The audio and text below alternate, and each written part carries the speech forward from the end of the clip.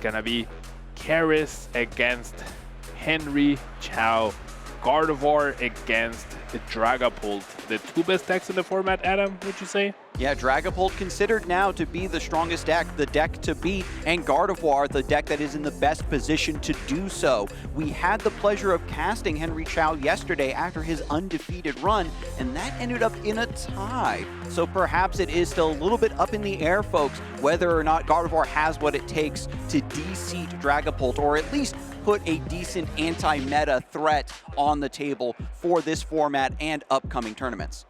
Looking at the accolades for both players, of course, Henry Chao having an outstanding season in 2025, San Antonio Regional Champion, Baltimore Regional Champion, top 8 at NAIC last season, and then top 16 in Toronto. And over on Caris' side, she got top 32 at Sacramento this season, and last season she was a senior player. She got top 4 at LAIC in Sao Paulo, and then she also got, she was the regional champion in Charlotte and a finalist in Milwaukee. So already at the top tables in her first year as a master.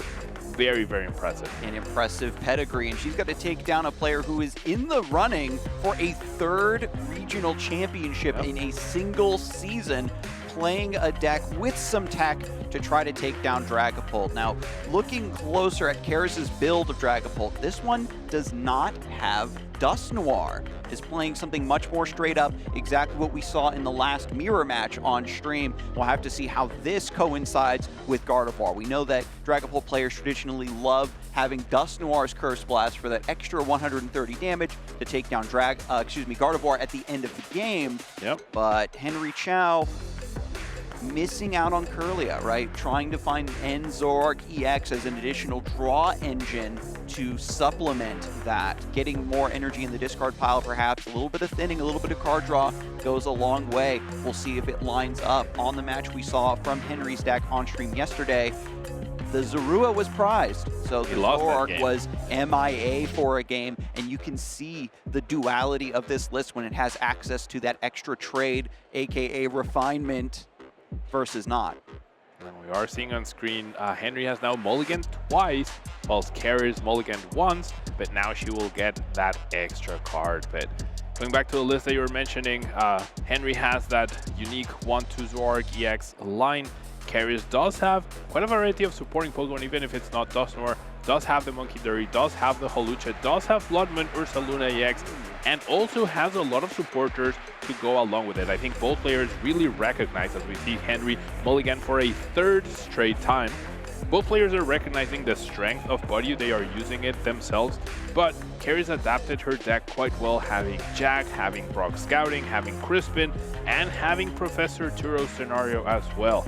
So a lot of variety, perhaps going a little bit lower on the item card consistency, but boosting the supporter consistency. And I think after we are seeing so much Itchy Pollen every single round, that is something that players will need to be doing very, very soon. Now, finally, Henry has a basic Pokemon. We'll have to see how this matchup goes. Now, the basic starting Pokemon is Pheasantipity, which is okay to have him play early. You know, eventually your opponent's going to take a knockout, especially if Henry stays with the strategy we saw yesterday of going for just a Badoo War to slow down the early game and just rely on your top decks. But 2 Night Stretchers and Zoroark EX in the prizes. Henry is on a very odd 1-2 line, so that ability to get trade into play still available. Over on Caris' side, Crispin in the prize cards means that some acceleration or some early aggression might be off the table. How many copies is she on, Pablo? We have 2 copies of Crispin, so one being prized does reduce the odds of finding it when you need it, right? There's no more Luminion V to just directly search for supporters, but still has access to that extra energy acceleration. The 2 Night Stretchers, though, at the very top of the prize card for Henry, limits all his recovery to a single copy of Super Rod. So a lot of Pokemon going down with energies being utilized in order to power up Monkey Dury, in order to retreat and whatnot. Even losing an attacker could be very, very detrimental here for Henry, as we see the Pheasantipity attach most likely pass start with a very bad hand for Henry. Just an attach pass, very terrible. There was the Scream Tail in the hand, as you saw, folks, but benching that early is a huge detriment. And with the Night Stretchers in the prize cards, you don't want any of your key pieces to be sent to the discard pile early. Hopefully, Henry can find and navigate this rough start to keep these key attacking Pokemon for the mid-late game when they are most effective. But over on Caris' side, starts with Badoo in the active and uses an Earthen Vessel to discard Counter Catcher, get a couple energies out of the deck, get a nice prize check while you're at it, and a nice Dreepy for the bench as well. Yeah, not too bad of a start. Losing Counter Catcher might seem problematic. However, Caris is playing 3 Counter Catchers and 2 Boss's Orders, so a lot of ways to ghost, a lot of ways to make sure that if you're behind, you can make a comeback with an Iono or an Unforgettable Stamp combined with that Counter Catcher, or if you're ahead, you can keep yourself ahead by having those raw Boss's Orders. And Henry probably doesn't know the exact counts of her opponent at this point in time, and I feel like 2 Counter Catchers is probably the average in most Dragapult players' lists, so right. A 3rd Counter Catcher could catch him off guard at some point in the game, but both decks are very slow. I'm sure we're going to be seeing a lot of Ichipollen, as we have seen Adam being our 3rd Dragapult versus Gardevoir matchup that we are casting, so it's going to be a while before those item cards get played, at least for Henry, because with his start, he's not looking good to go into a Budew anytime soon. Just a Fezandipity with an energy attached, and with no access now to Buddy Poffin, it is going to be drawing and praying just to stay in the game. All the meanwhile, Caris will be getting set up beautifully, and Fire Energy attached to the Dreepy and a Monkey Dory. There's 10 damage and the first of many Itchy Pollens, and Zorua is found. So this gives a little bit of life to Henry Chao if he can grab the 2nd End Zoroark EX that's lurking somewhere still in the deck. Which he does have that Jack to be able to search for it. The question is, do you play the Jack now, get the cards into your hand, and possibly get them Iono'd to the bottom, which I don't think Henry would complain if he gets this hand Iono'd to the bottom. So going for it preemptively, I think, makes a lot of sense. He's also going to thoroughly check his prize cards, make sure he knows and he is aware. Now, you always, like we see this from all the players. They put their Pokemon at the front, their energies usually at the back. And so you prioritize checking which Pokemon you prize and which energies you have available. I don't think you check for your Night Stretchers very commonly in the first search. I mean, I don't know Henry's process in order to what he prioritizes, but I have a feeling he's going to be a little surprised later down the line when he realizes he has no Night Stretcher access. Especially during the Swiss rounds when players are more incentivized to bring their game to a proper conclusion. You don't want a lot of ties. Henry, as we saw, going undefeated in day 1 and then finally getting some ties towards the end and throughout this day.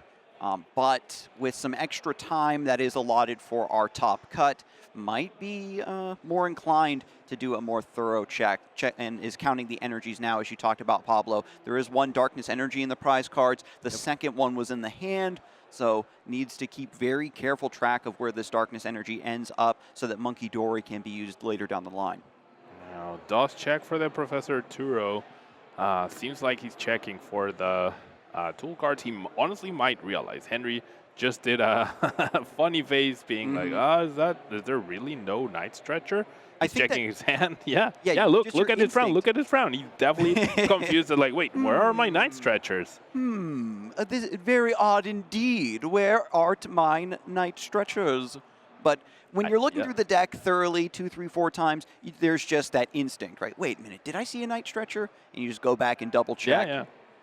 And it's going to be Zoroark EX and Curlia grabbed off of Jacques and attaching that Darkness Energy from the hand to Fezandipity EX. And this is a beautiful pivot by Henry. I'm off to a very rough start, but he's still putting on some threat potential with Cruel Arrow. Yeah, this Cruel Arrow could definitely threaten this possible Dracloak. There are no rare candy in Caris' deck, so this double attachment, 1 more energy, there's no bench protection anymore, right? Manaphy's long gone. Shaman is not here yet, so that Dracloak could actually go down, and despite Henry's very bad start, we could see him get ahead in the prizes and take down Caris' only real threat.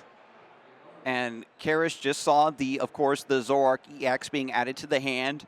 Is there an energy in the hand? Do I Iono to get rid of the Zoroark? Because that denies the draw to potentially get energy? What if I Iono into a Psychic Energy? So there's already a conversation happening at the table around how this Fezandipity should be dealt with.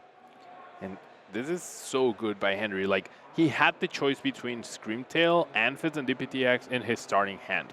And he realized that attacking with Fezandipity was actually a very real possibility, and he chose to start the two-prize quotation marks liability. I think 99% of players would have chosen Screamtail to start off. You have the slap attack to knock out a Bodyu immediately, maybe get something out of that to get going, but he realized, okay, well, I mean, I just need one more energy, and all of a sudden, with no bench protection, this Cruel Arrow could actually do the rounds, and I think that's exactly what we are seeing.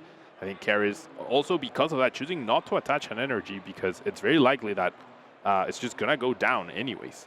And after another Itchy Pollen, it's going to be Henry Chao evolving into Zoroark EX and a trade. Discards Drifloon to draw 2 cards. And is there a third energy, Pablo? There was no energy drawn, so no Cruel Arrow. I don't think I've ever seen a Cruel Arrow be used in a game I have casted before. This would have been really cool to see, but unfortunately no aggression for Henry this time around. I'm sure Caris will be giving a big sigh of relief when this Fezandipity looks to retreat instead of going for the Cruel Arrow to take down the Dracloak. And immediately pivoting off of that plan, there was a lot of pressure. There was a big chance of hitting it, but seeing Dracloak with the fire energy, some damage on the Fezandipity, take this out of the active, don't give up 2 early prize cards, work towards the rest of the setup. Henry Chao still without a Ralts. And it's up to Caris to keep setting up the Dragapults and run away with this game. One big factor we've seen, one symptom of the Dragapult deck is in these spots where you can accelerate into a Dragapult EX. Sometimes the pieces don't line up for you to pounce on that opportunity when it arises. Caris already has the Dragapult, has the Psychic, and has the Boss's Orders in hand to take down this Fezandipity, or possibly even bring up this Zoroark EX to limit any draw potential. But no, she's just going to go after the Fezandipity, likely put the 6 damage counters on the Zoroark. I love this aggression. I love to see this. She knows. Like, you could tell by how her pace of play went slightly sped up just because she's excited and she knows she has a huge advantage against what is likely one of the best players in the game today. This is a pivotal moment for this game. If Henry Chao trades with Zoroark EX, finds an energy, gets Cruel Arrow on the Dracloak, this game looks completely different. Missing that Cruel Arrow means that Caris gets everything. The Psychic Energy, Dragapult EX, Boss's Orders into a beautiful Phantom Dive, and Henry Chao is down and out for this game, I want to say. It feels bad to call it so early, but I cannot see a way to fight back against this early Dragapult. I mean, yeah, Henry now has the possibility to play item cards, can play that very valuable secret box to get some sort of setup. Plays his Super Rod now, so after this Super Rod, there will be no more recovery until Henry has likely drawn 5 prizes, because the 2 Night Stretchers are sitting at the very top, and players usually take them bottom to top, and I would not see any reason for that to change, right? So this is looking more and more difficult for Henry. I mean, thankfully, this is just the first game. He might even be trying to play this out to just get more information out of Caris's deck to make sure that he knows exactly what he's up against, and just be like, all right, I mean, this start was just really, really bad. Let's just go to the next game, and I'll just start better and deal with whatever threats you throw at me a little bit better. Now, we do see the flip the script. We now have Iono options. We have the secret box as well, so I fully expect to see double Ralts and more things coming down. But Caris will only be getting further ahead next turn. At least 3 routes potentially to guarantee you have something to evolve into. We know that Henry Chao's original claim to fame was running the rare candy in Gardevoir to be able to get the Gardevoir EX into play a little bit faster than players were expecting, or what was the meta at the time. But for this build, Secret Box still very heavily leaned into to complete the setup. Now, Henry having a bit of a difficult time deciding what to discard off of that Secret Box. We could see both supporters. He was considering discarding both supporters he just drew with Flip the Script. Obviously, Secret Box will grant him another good draw supporter. But yeah, things. Henry's definitely against the ropes, which I'm sure he has been plenty of times. Gardevoir is usually almost always coming from behind in order to win games, right? So it's not a situation he's not been in before.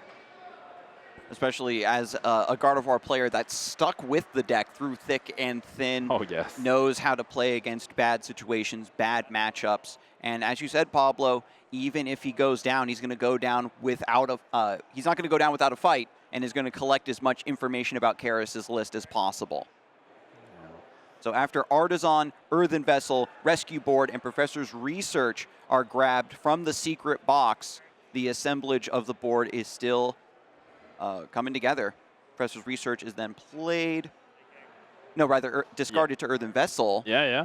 So we're going to find a lot of energies. We're going to Artisan as well for the Monkey Dory. Make sure we can send some of that damage back so it's not hurting us. But Caris has her own Monkey Dory, right? So if she's able to find the copy of Dark Energy or the copy of Luminous Energy, that 30 damage is going to be pivoting back and forth until Wild Player decides to take a knockout.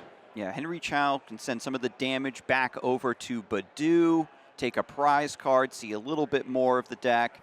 Rescue Board onto Zoroark, and Monkey Dory with the Darkness Energy. Ralts also entering the bench, and Counter Catcher to put a nice cherry on top. All the defensive moves here by Henry, deciding, this is interesting to me, playing the card before having a set target for that. I mean, there was definitely a debate between a Dreepy or the Monkey Dory, maybe even the Dracloak, see if that gets stuck in the active, and then maybe you can KO it next turn. But it's going to be the Monkey Dory, and it's going to be Iono to 6 for Henry, and 4 cards drawn for Caris. A lot more items drawn into the hand, as well as Bravery Charm. This is such an important card for protecting your Pokemon while you're getting them set up, or extending into bigger plays later on in the game, using your Drifloon and Screamtail. Buddy Buddy Poffin is being played. This will result in the second Ralts. Beautiful. This is a full bench. Phesandipity's back in the party. Monkey Dory set up. And where do we go from here, Pablo? I'm still looking at Adrenabrain, maybe onto Badoo. Or are you going to try to take a bigger risk that Caris does not have the Darkness Energy and you can establish more damage onto a juicier target? I mean, that is definitely a possibility. I feel like Henry is respecting the possibility of a second Boss's Orders with this. And so he'll probably also respect the fact that, or he'll use the fact that these Dragapult decks, sure, they're playing Dark Energy, but finding it is very, very difficult. And I seem to recall Caris already played the Earthen Vessel as well, so just drawing into it could be quite difficult.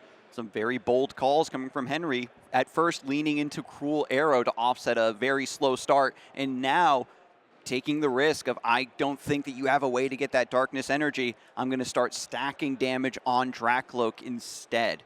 Yeah, drawing into a card naturally is just so much harder if you only play 1 or 2 copies, right? So Henry just double-checked the discard pile, the Earthen Vessel, the 1 copy of Earthen Vessel that most Dragapults list do run is right there. So just finding that Dark Energy is not easy. He might be taking it back by seeing a Luminous Energy perhaps, but there's also no way to directly search for that either. So Caris chances into it, fine, but Henry's playing the odds right now. Another subtle point about this play is you would need to attach and retreat to get the Monkey Dory out of the active potentially. That's one less attachment onto the Dreepy or the Dracloak, and it keeps the threat potential corralled onto this singular Dragapult EX, which can be dealt with, hopefully, with Lily's Clefairy EX. Unless you find the Rescue Board, which is coincidentally the 1 card Caris found off of that Recon Directive. So that will allow her to move that Monkey Dory freely without using up an attachment. We're going to see the second Recon Directive here as well. I mean, best case scenario is you find the Dark or the Luminous. I mean, I guess that 30 damage is not super, super impactful. You might want to prioritize just having a backup energy on a Dragapult in case there's a Rare Candy Gardevoir Lily's Clefairy X knockout coming anytime soon. But you wouldn't mind. sending the damage to a Ralts and then getting another 2-prize turn that way. And against Gardevoir, they love to force these single prize trades, making it very awkward. And Dragapult having the ability to brute force that 2-2-2 trade does keep the game very much in their favor. Now, Henry now knows there's a Boss's Orders here, there's a Professor's Turo here. I don't know how much, once again, information he has over Caris' deck, but she's playing 2 copies of Professor Turo, which I cannot imagine is standard whatsoever. Now, she's going to default into Body, interestingly enough. Not going to go for any more Phantom Dives. Doesn't want to place any more damage counters, I guess. This will be perfect, though. Now, Screentail has 3 damage counters, which can be immediately sent back to KO the Body. So just trying to play a slower turn, trying to, like, now there's no way there's a Rare Candy Gardevoir happening this turn, but this felt a little too passive. Yeah, Caris showing a lot of respect to the Monkey Dory, not wanting to spread a bunch of damage around the bench, have that damage, those damage counters sent back, maybe the Professor Turo or something offsetting a lot of this damage. Still, players both figuring each other out, seeing what the decks are made of. This first game seems to be purely for intel gathering, but Pablo will have to remember this moment here later down the road if Caris perhaps could have gone a bit more aggressive. I mean, she could also be setting up a trap, right? Like, this is the perfect scenario to transfer the energy, take the knockout. And what happens then?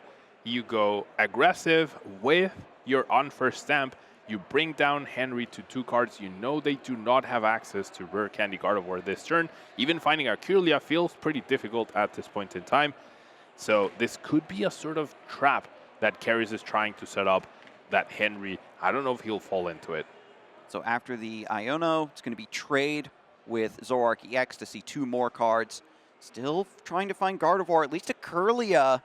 The hand's looking pretty blank as of right now, Pablo. Yeah. Henry's really deep in the tank. He's been staying afloat, I would like to say, so far in this game. Despite the slow start, has managed to keep consistent threat potential. The Cruel Arrow, the Adrenabrain still ticking along, and Zoroark EX giving Henry a huge lifeline. And finally, the Adrenabrain transfer had called out the Monkey Dory earlier that you don't have a Darkness Energy, no Luminous Energy, stacking damage over onto Dracloak.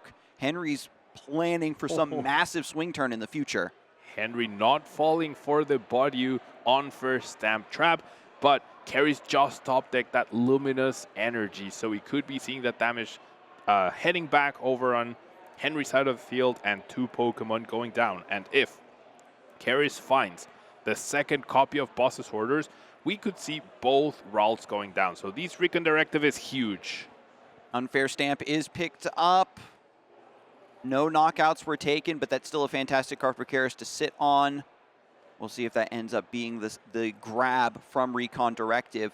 And this situation, Pablo, is something we've seen over and over again regarding Dragapult versus Gardevoir. Badu locking down the Gardevoir, Gardevoir doing its best with trade, whatever draw power that it can cobble together, versus 1, 2, or 3 Recon Directives. And as more time passes, Dragapult pulls further and further ahead in terms of resources, in terms of thinning cards they don't need to the bottom of the deck and getting the ones they do. Another huge Recon Directive, and finds the Boss's Orders. Ooh. Oh my god, this is perfect. She's gonna be able to take down both Ralts. I was imagining, like, it was going to be a few turns of Itchy Pollen to delay this and find the Boss's Orders, but she just immediately finds it, and now both Ralts are gonna go down, and Henry finds himself once again with no Ralts on the board. Super Rod has been used. Both Night Stretchers are in the prize cards. Henry Chao is in trouble. Yeah, this was the kiss of death.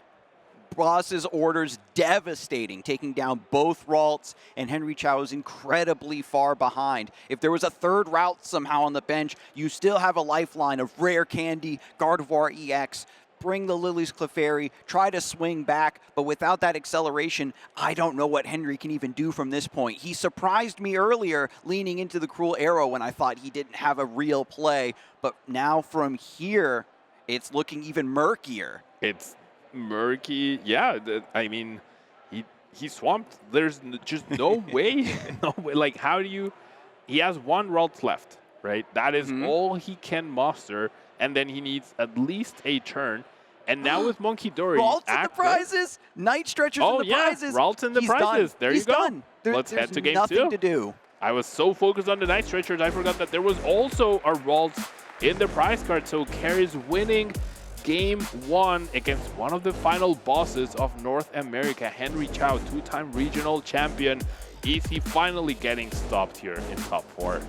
Our hopes, or perhaps just my hopes, of Gardevoir being able to put up a fight in this metagame, slowly slipping away. And this is a Dragapult without Dust Noir. Remind you folks, this means that maybe you don't need the Cursed Blast to fix your math. It's purely about hiding behind Budew and Gardevoir, watching them struggle and writhe as they try to evolve and set up. But heading into game 2, maybe Henry Chao can get a much better start with some Buddy Poffins, get some early routes. There was also a couple mulligans working in Caris's favor, so I don't want to discount the matchup right away. Just off of this one game, that's not how good players do it. You don't want to read too much into a single game of a matchup. I would love for Dragapult and Gardevoir to play best of 10, best of 20, collect some real data, and when we're talking about Pokemon TCG competition, this is the data that you need to see.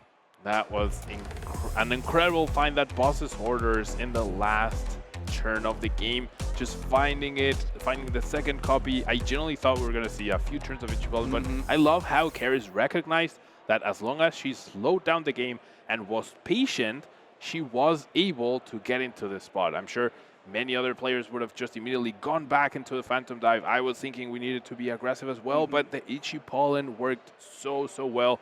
One further turn of delay was all she needed in order to beat Henry Chao in game 1. And looking at the prize cards for Caris, Luminous Energy in the prizes, so it's just waiting on 1 Darkness Energy to set up Monkey Dory.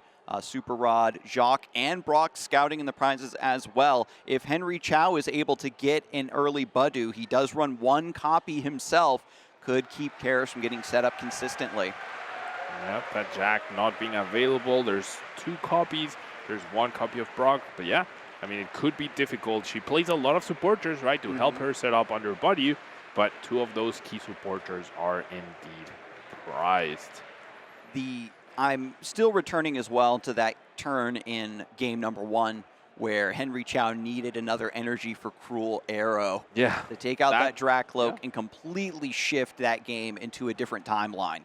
And this is what usually happens at the highest level of play, right? Like, clearly both decks are good enough. Clearly both players are good enough. So it's usually these little things, these either mis-sequences or just that tiny little bit of luck going either your way or your opponent's way that completely determine a game of Pokemon.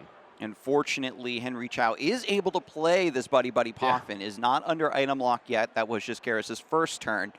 And evaluating how the matchup should be approached, I wonder if Henry is going to go for something more aggressive, more accelerated, trying to find the rare candy, or seeing the Budew in the active is immediately going to pivot to something more defensive. And evaluating the prizes for Henry Chao, Pheasantipity at the top of the prizes, Monkey Dory in the prizes, Professor Turo not looking too bad, right? You at least played 1 Buddy Poffin. Nothing terrifying missing, I would say, from this point. Definitely nothing terrifying, and because you have Zorg, that sort of compensates for Pheasantipity, but it's just always so nice to draw 3 extra cards with Pheasantipity whenever your opponent took a knockout, right? And game 1, Henry had to play with no Night Stretchers. Game 2, it's very likely he will have to play the whole game without Pheasantipity. And if you're trying to make a comeback, if you're trying to win this round, Pheasantipity is definitely more of an asset than a liability, right? So as the game dwindles down, as Caris is disrupting Henry with Iono, with On First Stamp,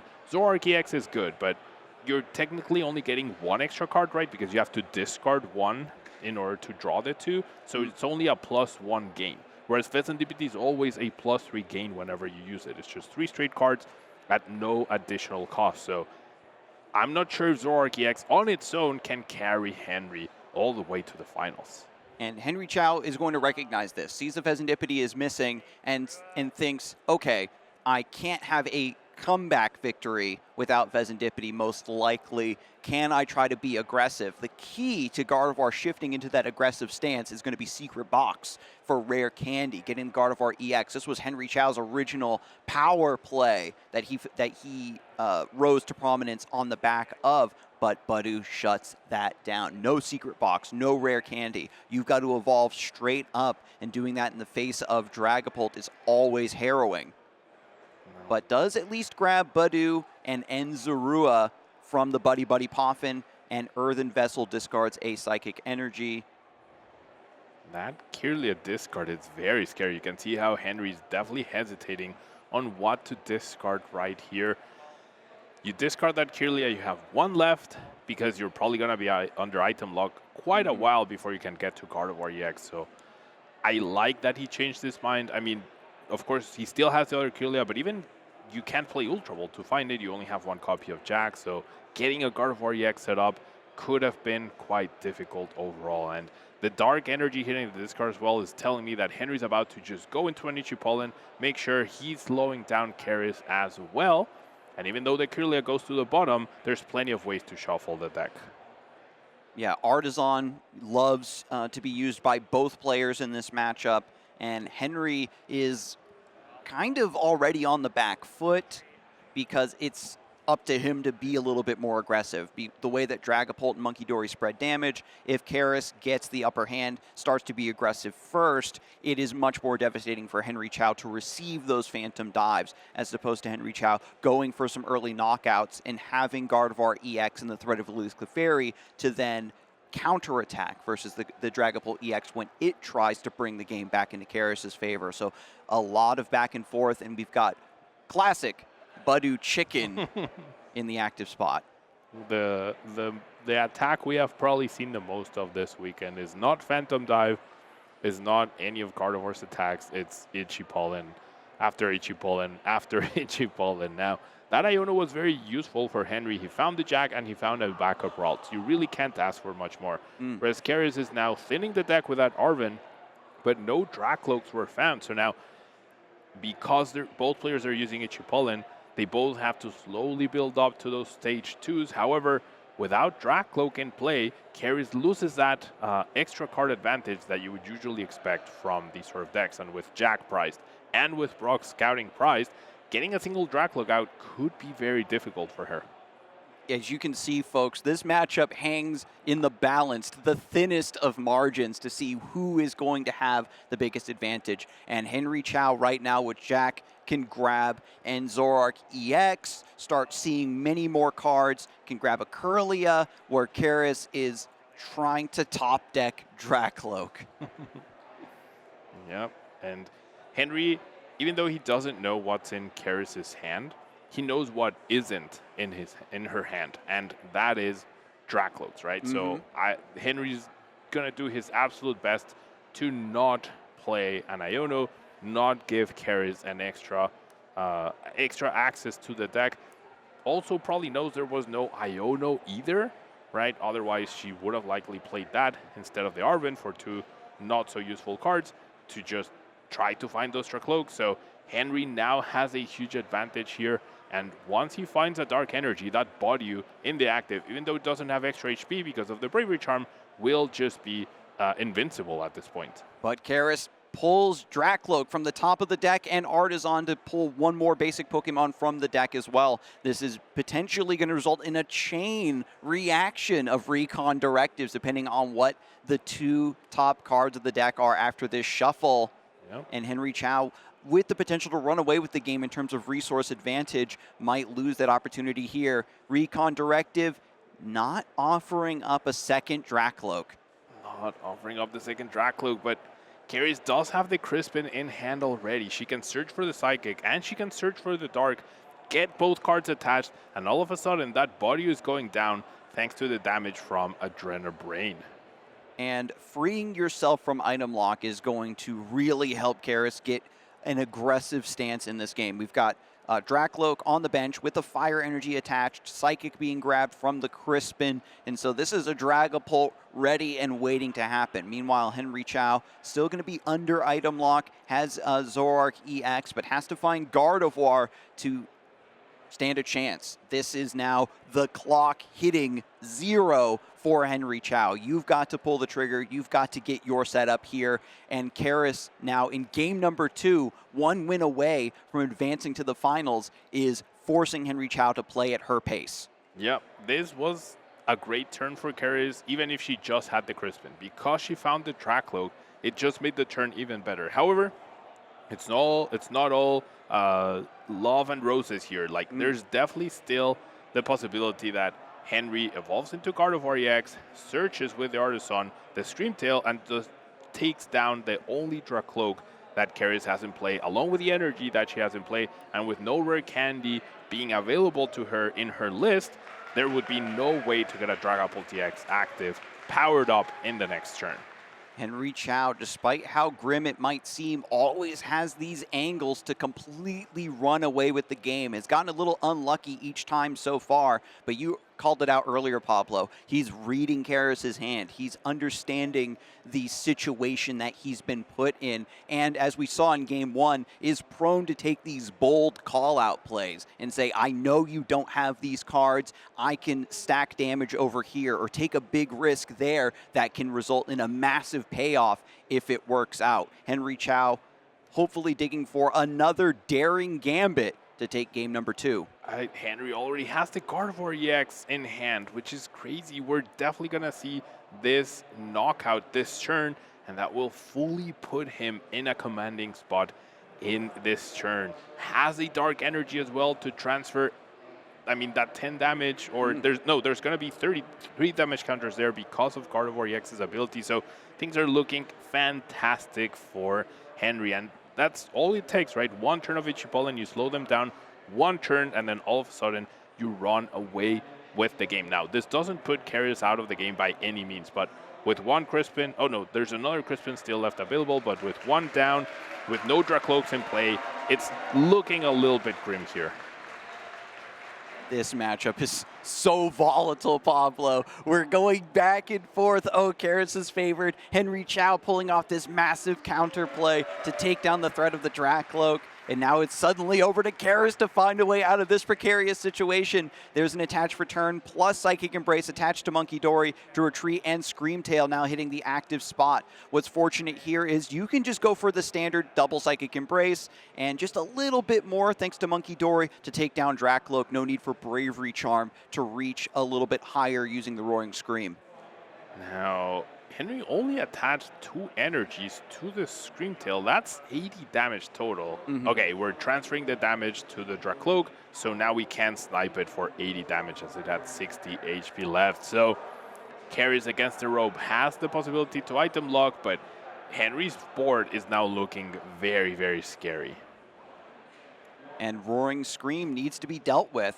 Screamtail, we normally like to see it in the mid-late game, but there are situations like this where if your opponent is off to a rough start, you can start sniping and threatening the bench. No more Manaphy, people. So Screamtail is even more threatening for these early games, and this is the one weakness of Dragapult, is it takes a while for these Dreepies to become Dragapults potentially, and Henry's going to lean into that weakness, drive a wedge into the game plan as much as he can to find an advantage and stay in this best of 3, potentially making it to his another regional finals. Yep, Caris does need to get 2 Dracloaks into play this turn, right? Otherwise, if she only gets 1, it's just going to get sniped again. Now, the ideal turn for Caris here is to unfirst stamp and find a counter catcher to bring up this Zoroark EX in order to try and buy a turn.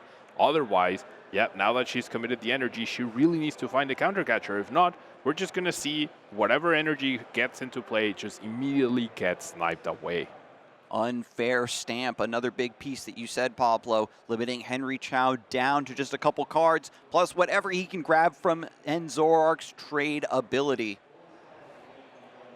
Yeah, it's going to be 3, possibly 5 total cards, right? You can get another one out of the deck before you start drawing with the Artisan.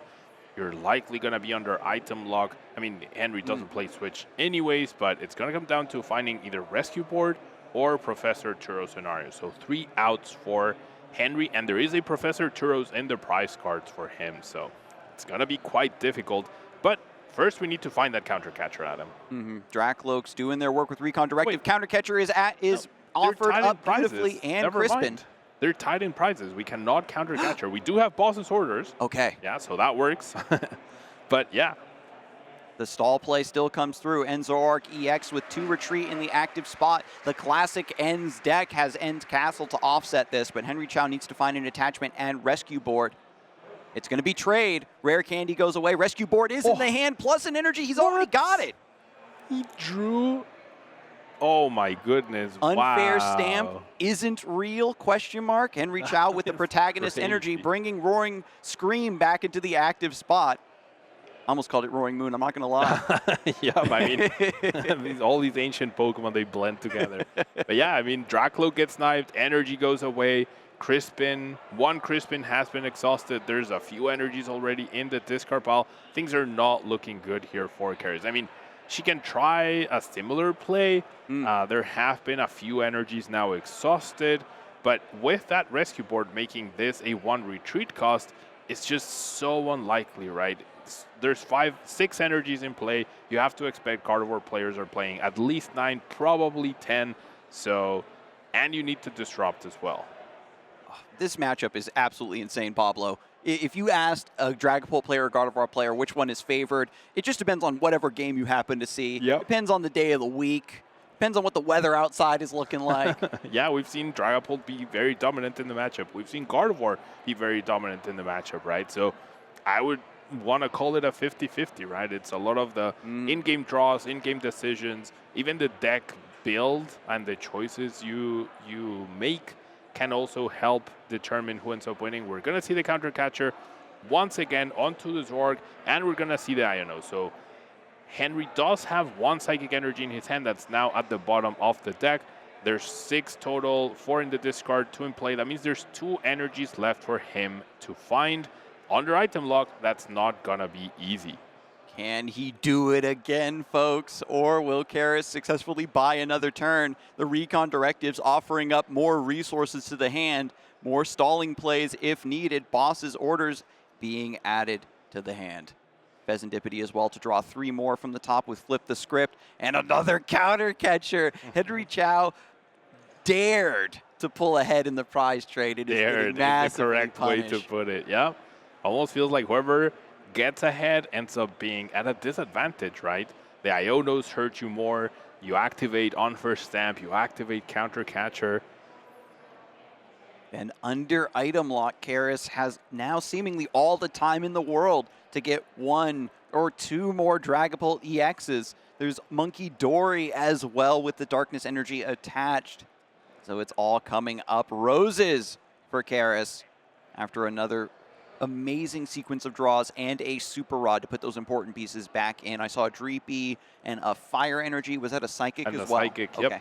Yep, the Psychic and the Fire get shuffled. The Dreepy gets found with the Artisan. So being very efficient with her moves as well. The more you draw with the Recon Directive, the more you're thinning the deck. Off the top, Henry Chao with another energy to keep up the aggression. Go once again with Scream Tail, able to Adrenabrain the damage over here.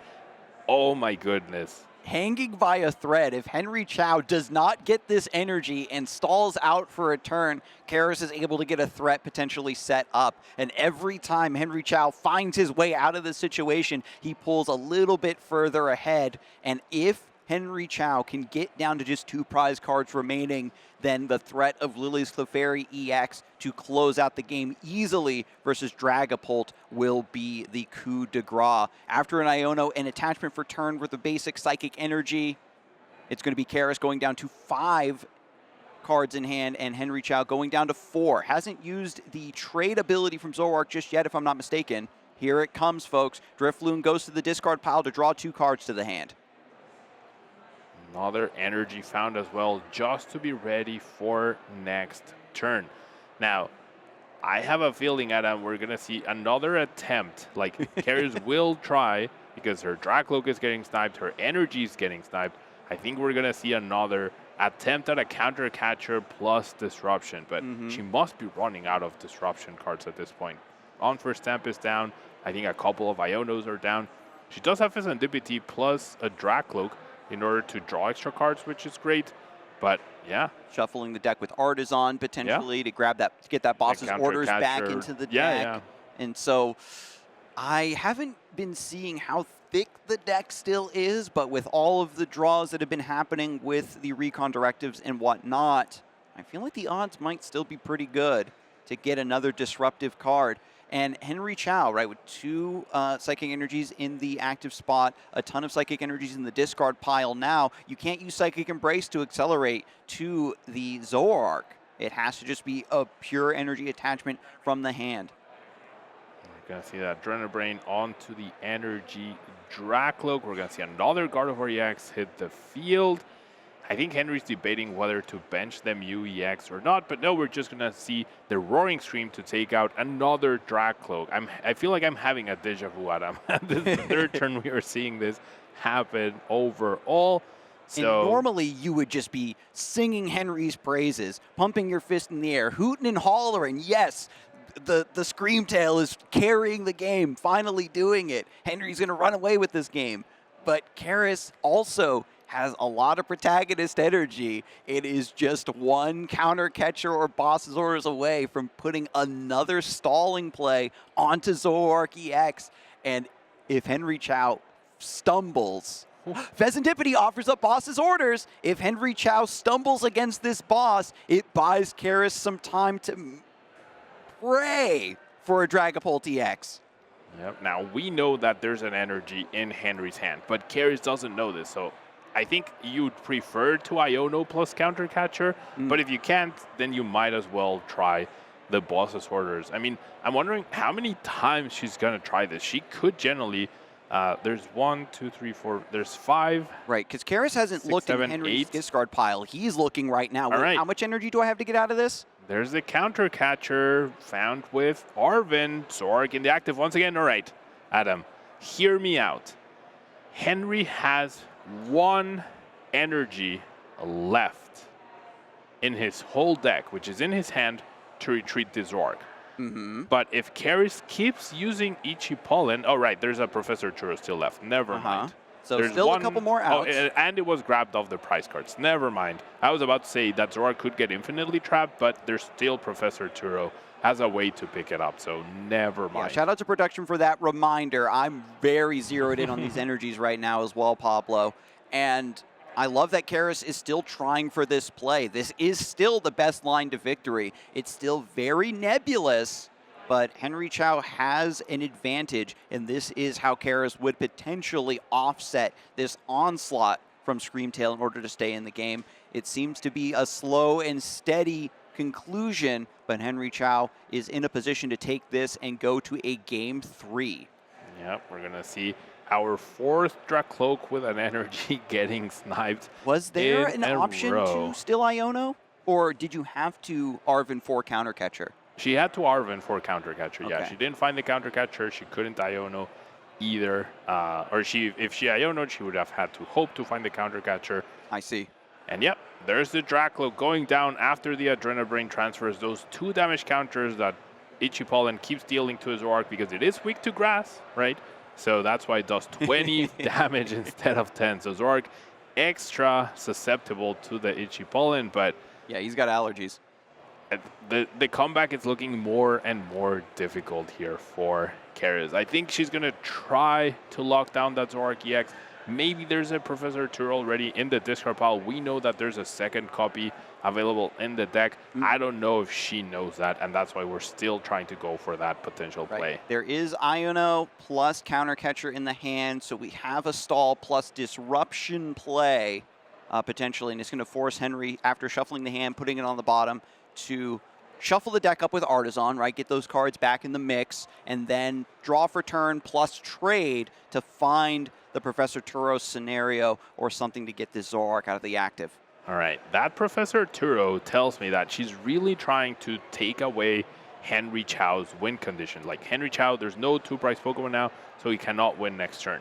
Now Henry Chao needs to find the Professor Turo. I would love to know if the other copies in the discard pile, because maybe that gives Caris a little bit more confidence in pulling this off, but we know that there's another copy available. Now, that 20 damage that keeps being sent back to Caris will no longer affect her because Monkey Dory can just send it right back. So Henry doesn't even send it to Caris so that she can't use it to her advantage. And this is a very strange line, folks. Caris is potentially following what Pablo had touched on a little earlier. Zoroark EX stranded in the active spot, unable to move, and if Henry Chao can't take those final 2 prizes, maybe he decks out. Maybe it ends up being an infinite just draw pass, and Caris has some insane 1-0 victory. Trade to discard Iono to draw and 2. Professor Turo scenario is found. I mean, I feel like as Caris, once you see the Professor Turo hit the field, obviously Henry's not going to re-bench the Zoroark no matter what. So once that happens, he doesn't want to be in this situation. The final Dracloak is getting sniped. There's just no way. Yep, and Adrena Brain to move that damage, scoop it up into the hand, and I think that this is the final blow for Caris. That was her only out to try to come back into the game. Even had scooped up the Dracloak and the Dreepy rather. And is leaning again on this final remaining Dracloak with 1 energy attachment to even have a threat to stand a chance. But it's, again, Screamtail into the active spot, and that's going to be all she wrote. That's going to send us to Game 3. Henry Chao just very slowly, very patiently making sure his field was perfect. Having that second copy of Professor Turo scenario available to him, found it quite fast, which just eliminated Caris's hopes of winning. I'm glad she tried this out. Like, maybe she now knows that there's 2 copies of Professor Turos available for Henry, and she can use that to her advantage in the next game. But it all comes down to those itchy pollen slowing each other down. So let's take a look at what happened. And in this game 2, in this replay, we had a very interesting start with itchy pollen going back and forth. And after Caris takes that first knockout using Monkey Dory, Henry Chao, still under item lock, manages to get a Screamtail established. And this was so clutch. Began sniping Dracloaks. Whenever one got evolved, had an energy attached, it got sniped down. Kept drawing, like had the rescue board and the energy already in hand, trades to get another, and each subsequent attempt at bringing Zoroark into the active was foiled. Another Roaring Scream takes down Dracloak. Deja vu. Yeah, foiled is the correct word. Every time Caris tried to buy 1 turn, right? Just one turn, please. Please stop the pressure for 1 turn. Henry found energy plus the rescue board, and honestly, that was the hardest combination to find, right? Because that was off on fair stamp, wasn't it? Yeah, that was also off on first stamp. So when his deck was the thickest, right? And then he had, all he needed to do was find energies. Of course, every energy he used to retreat was 1 less energy available to him afterwards, but got Iono'd, found it off the top, and then kept finding those crucial energies. Now, Caris does decide to go second as we see Henry hit a body Puffin. Whew. You know, when your opponent's going second, they want to itchy pollen immediately. So this is Henry Chao's moment to get as many item cards played as possible. Professor Turo scenario, 1 in the prizes, was very important in game number 1. Also, Earthen Vessel. I really like to see Gardevoir have access to this card in order to very easily get the darkness energy for Monkey Dory. Fortunately, Henry is on 2 copies, and he's been blessed so far to be able to find the second copy of his one-ofs. 2 Professor's research as well. If he gets locked down or needs a better way to get Psychic Energy into the discard pile, missing out on those Professor's research could come back to haunt him. Oh, certainly. With only 2 copies, them not being available, it's just like the Night Stretchers, right? Like, you usually always, if you're playing 2 copies, you hope to have access to at least 1, but there's not going to be any Professor's research, at least not initially. So that could be detrimental. Now, Game 1, we saw Caris completely take over the game. We never saw Gardevoir EX hit the board. We barely saw Ralts hit the board, right? And then in Game 2, we never saw Dragapult EX hit the field. So then, can we finally see both of the EXs clash in this Game 3, Adam? When Dragapult EX comes down, that is the sign of attack. That's the proper timing for Henry Chao to also hopefully have a Gardevoir EX, or at least a Kirlia that's able to evolve to be able to counterattack with Lily's Clefairy EX. This is so important for the matchup, folks, because of its Fairy Zone ability. It turns the weakness of Dragon Pokemon to Psychic, so your Mew, your Gardevoir, your Lily's Clefairy itself with Full Moon Rondo can one-shot the Dragapult EX. And Henry Chao, fortunately, worked his way into 2 prize cards remaining and has that as the final blow, but it's perfectly acceptable to do it in the mid-game if it lines up. After the Buddy Buddy Poffin for Ralt and Enzarua, Nest Ball finds Badoo. Our favorite friend this weekend. He's back. Sure everyone's very excited about the Ichipollen and the Ichipollen and the Ichipollen, and honestly, it might not seem like a lot, and it might seem like it deters both players, but it's generally a very interesting part of the game. Like, it affects deck building, it affects your in-game decisions, how you adapt to it. And now we're seeing Buddy continually be buffed by that Bravery Charm from different deck builds. Some Dragapult decks are even playing that Bravery Charm as well to buff that or even protect the Fezandipity. So this item lock interaction and the things that it forces out of both players are very, very interesting to see. And Henry Chao leaves the Mew EX in the active spot as well, has free retreat. You're just going to sit on this Badoo with the Bravery Charm, wait for the proper moment to strike. And over on Caris' side, Rescue Board is attached to the active Dreepy, and Buddy Buddy Poffin is picked up as well. Yep, that means we're probably going to see a retreat into Badoo. Now she's checking her prize cards. Luminous Energy not available, not ideal. One of the 3 counter catchers not available as well. Not too bad. 1 Crispin being prized once again. That could be a little problematic down the line, but the Jack especially, I mean, now at least she has 1 Brock and 1 Jack available to help her search for Pokemon under item lock, but that Jack can be so, so crucial in the early stages of the game. In the early stages of Game 2, the lack of Dracloak was very detrimental as well. So having one of those supporters to grab the Dracloaks, get those recon directives up and running just a single turn earlier can spell the difference between a massive advantage versus falling greatly behind against another Screamtail. I mean, I certainly hope we do. Caris does have the Brox already in hand, also had an Ultra Wall that she chose not to play. It would have been a little too costly right now with a boss and the Brox in hand as well. So we're going to get the Ichipollen, the item lock started for Caris, and I'm sure we're going to see that from Henry Chao this next turn as well. Opens things up with the Morty's Conviction to discard a Psychic Energy. You discard 1 card from your hand, and then you draw a card for each of your opponent's benched Pokemon. This is fantastic, of course, versus Area 0 Underdepths, but getting 3 cards is still respectable under item lock. Rescue Board already being attached to Zorua, a Psychic Energy attached return to Mew EX. This genome hacking to copy Phantom Dive is a very clutch play, and it's going to be Ichipollen heading over to Caris. She immediately plays Brock's Scouting. You can find 2 basics or 1 evolution. The 1 evolution is grabbed, and it is, of course, folks, Dracloak. And this is where you're wishing your Brock was actually a Jack, right? But I'm sure she found many situations where she was under item lock and she didn't have access to the right basic or whatnot, and that's where Brock's Scouting choice can benefit you now. 1 Dracloak, this will need to carry the team quite a bit from now until the next few turns. Both players having a slower-ish start, but wow, Kirlia off the top. I was generally about to say that Henry needed to find a Kirlia because he can't work hand into Gardevoir to start threatening something, and he immediately draws the Kirlia off the top. What is this plot armor? This is beautiful. This is 3-time potential regional champion energy we're seeing in action, Pablo. We've got Bravery Charm on Badoo as well. So Henry Chao is more than happy to kick back, keep the item lock going, is only seeing 1 Dracloak on the other side, and sometimes we'll have players show a little bit of caution. Okay, well, I'm not going to play this Iono. I think that I'll be able to continue to pull ahead. But after seeing 1 Dracloak, we know how that can cascade and snowball into more and more draw. Henry Chao wants to see Zoroark EX to try to keep up with this draw race.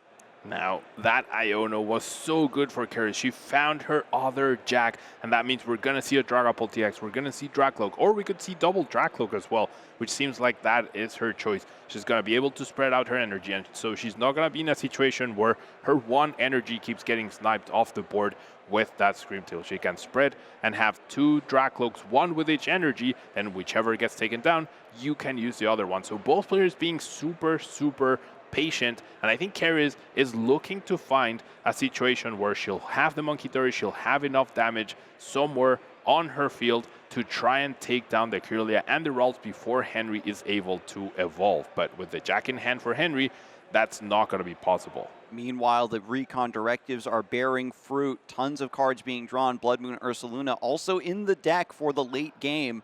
Can be sent to the bottom now or just added to the hand right at this instant. Ultra Ball not playable because of Itchy Pollen. Going to grab the Blood Moon Ursaluna right now. Yep. Caris also has the on first stamp. Does decide to spread the energy as mentioned, so a little bit of extra damage onto Buddy, but Henry immediately plays down the Jack, knows that once he gets that Gardevoir EX out, along with the Zoroark EX, his board is pretty much fully set up. What a clutch supporter to use in this era. Under item lock, the players cannot be stopped. They are going to go full tilt towards their strategy, and I'm loving the setup here, the tension around when to be aggressive. With Gardevoir EX right now, the setup is beautiful. Okay, now I can power up Mew EX, try to start sniping, or maybe just swing with Miracle Force. But is it the right time? I'm not sure Henry Chao is going to go full aggressive as of yet. Maybe wants to see the Dragapult EX come down, establish some sort of gusting play with Lily's Clefairy if we're really going to break the item lock. But now it's just going to be a KO because there's no Bravery Charm on Caris' side. Yep. First aggression from Henry Chao. First prize card taken. Now it's on Caris to make something happen. Now, we can't retaliate with on first stamp plus a big knockout, which is usually what these Dragapult EX decks are trying to do. And Iono 2-5 is a little bit of disruption, not as impactful as you would like it to be. Now, she does have a Boss's Orders in hand already, so we could see that Mew EX getting taken down and essentially start a sort of like two-price race where Caris has the advantage. But I don't know, like, her field will be a little bit vulnerable. I would love to see the Fezandipity get played if possible. But yeah, there's the Boss's Orders onto the Mew EX. There's one damage counter on this from way earlier in the game, folks, where it got hit with an Itchy Pollen. Simply going to be a Phantom Dive. 2 prizes over to Caris. Now that the item lock has fallen away, plus the Phantom Dive taking down the Budu, All 3 prize turn. All 6 damage counters onto the body also means there's no residual damage left over for Monkey Dory, but now no more item lock for either player, probably from this point onward. So Henry's been in this situation before. He knows, like, coming into Atlanta, he knew he had to beat Dragapult. So now he's sitting 2 prizes behind. This is what he's been working towards for Atlanta Regionals. This is his moment. Can he make a comeback, or will the pressure be too much? You got your wish, Pablo. This is the situation you talked finally. about. The Dragapult EX coming into play and Gardevoir rising into the active spot for the showdown. Henry Chao not under item lock, can draw some extra cards return, draw with trade, hopefully has a way to seek out that Lily's Clefairy. There's plenty of energy in the discard pile, needs to swing back on this Dragapult EX for a knockout and keep the game even. That Clefairy EX, we might finally see that full moon rondo happen. We could also see Mew EX get brought back, bench the Clefairy EX, and get some damage onto the bench as well by copying Dragapult EX's own Phantom Dive. But yeah, I mean, those low HP attackers are also very susceptible. We could just see the Lily's Clefairy EX get played and use Gardevoir EX as an attacker to take down the Dragapult EX. That way, you don't have that 2-price liability in the active. And now that you know that there's no Dusknoir in your opponent's deck, that Gardevoir EX cannot be KO'd no matter what next turn. And Henry Chao starting off this massive comeback with his signature card, Secret Box. Discards 3 cards from the hand to pick up Artisan, Iono, Night Stretcher, Bravery Charm, putting the pieces together, puts Artisan in play to search his deck for a basic to put it directly onto the bench, thinning the deck out a little bit more. Has to be without a rule box. Yeah, Artisan cannot get Clefairy. I thought we were going to grab Clefairy. Like, I know it's a not evolved basic Pokemon, but... So it's just going to be Monkey Dory grabbed instead, and Nest Ball for Lily's Clefairy EX. Fairy Zone is now online, folks, and Dragapult EX has weakness. I never thought I'd see the day. Oh, I know. We all miss her fairy Pokemon, but Lilith Clefairy is now giving that psychic weakness to Dragapult EX. I have to imagine Henry's going to go attach Dark to the Monkey Dory and then power up to Gardevoir EX. Or Night we Stretcher could see from that Mew EX. Darkness attached for turn, rare candy to Oh another my Gardevoir God. EX. He's got it all. Let's see this play come to fruition, folks. Mew EX has genome hacking. Once it gets 3 Psychic Energy attached, can copy Phantom Dive, not only taking a KO on the active, but spreading damage counters and getting maximum value. The Pablo Meza prophecies keeping Henry Chao in this game. And Iono to top things off Adam as well, taking away Caris' huge hand. Only 3 cards left. I mean, you do have double Dracloak to try and recover off of this. Now, I'm really wondering, I have to imagine the Bravery Charm means Clefairy will be the attacker of choice, or it could have just been like, we're going to attack with Gardevoir EX, Mew EX is there for Iono or on first stand protection, and we're just going to attack with Gardevoir EX and have the Clefairy protected to always keep that psychic weakness available. There is a lot of ways to play this, and the players have surprised us. Playing defensive when we think they should go aggressive, or going aggressive when we think one more turn of item lock might be the way to go. But with so many attackers, The Mew EX comes into the active spot. Triple Psychic Embrace with Monkey Dory, Phantom Dive to KO the active. You take 3 prizes, I take 3 prizes, and all of a sudden, Caris finds herself with no energy in play. Crispin prized, 3 cards in hand. This is not looking good for Dragapult EX. An outstanding turnabout by Henry Chao. This was a play that we've been speculating about all weekend, folks. Players being under item lock, biding their time, slowly building their boards, drawing cards, looking for the right moment to strike. And as soon as Caris came out swinging with Dragapult EX, Henry Chao has the perfect response. You know he's practiced this line over and over. Yep, I mean, I definitely missed out on the fact that the Adrenabrain was the perfect combination to take down both the Dragapult and the Dracloak with the 6 damage counters from Phantom Dive. So even using Dragapult EX's own best asset against itself. But with a singular Dracloak in the active spot with a rescue board, it's simply an Earthen Vessel to find a Psychic and a Fire. Yep. And where else do we go from here? There's no Sparkling Crystal in this deck. A lot of the Dragapult players are leaning on Unfair Stamp these days, trying to respect jamming Tower. And even if there was, right, the rescue board isn't the active, so we couldn't even attach it, which is rough. We do find an Iono to take away Henry's huge hand now. That means we're not using Crispin. We choose to use Arven instead. Gotta bring up the Zorg. I mean, it's either that or Unfair Stamp, I'm guessing. Or could be just Pheasantipity. Okay, Nest Ball, Bravery Charm grabbed. And with no 2 prize Pokemon in play, Caris is just going to keep it getting established. Has the threat of Blood Moon Ursaluna. Blood Moon Ursaluna hitting the field. That Blood Moon will be enough to take down this Mew EX. Does require an energy attachment. And guess who's prized, Adam? That Drifloon. Drifloon will not be able to respond to this Blood Moon, and therefore there is no way that I can think of for Henry to take this knockout. Actually, there is. Never mind.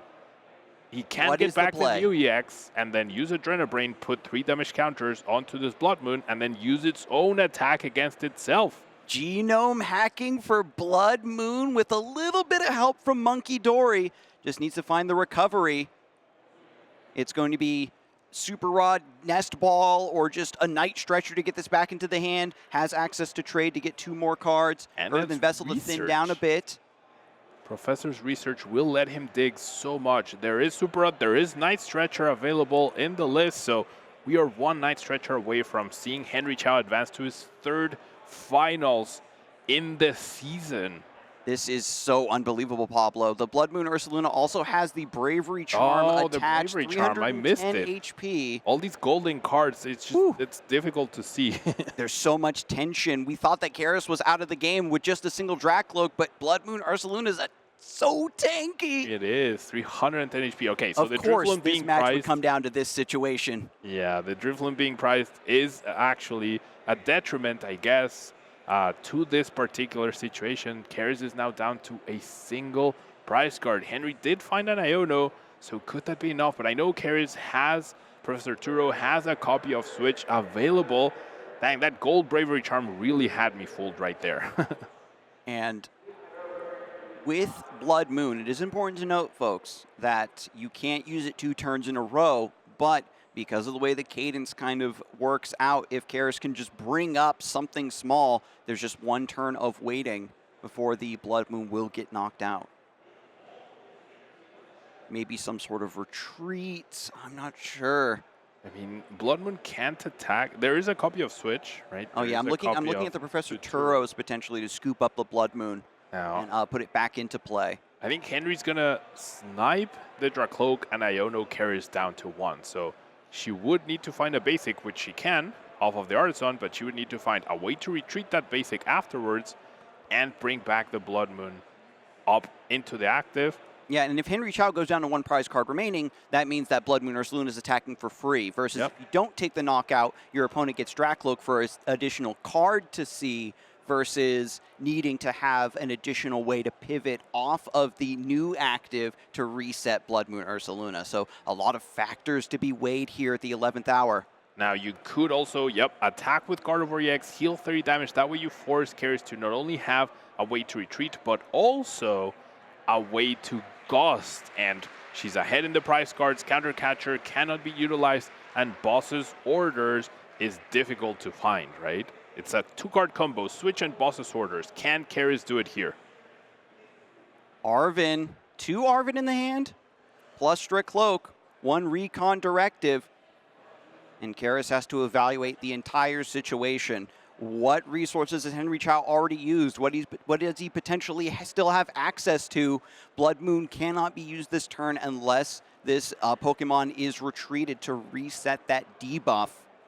And Henry Chao, presented with a final wall to climb to get victory in game number 3 and advance to the finals, has responded by limiting the hand, limiting the options.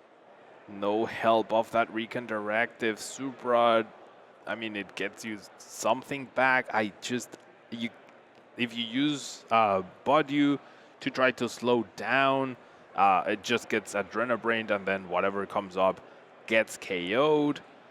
I don't think there's an out here for Caris. I mean, maybe she does. We'll have to see. Because, like, even if you establish a Dragapult EX, the Clefairy giving it weakness is just makes things impossible. What an amazing best of 3. This was a full demonstration of the intricacies and the tension and the decision-making required in the Gardevoir EX, Dragapult EX matchup. Came all the way down to this moment. And Caris gives the win to Henry Chao. Henry Chao advances to the finals of Atlanta Regional Championships. His 3rd finals this season. This is crazy, Adam. He fought tooth and nail for this, Pablo. Took some incredibly bold risks, had a little bit of plot armor on his side, and played the matchup beautifully.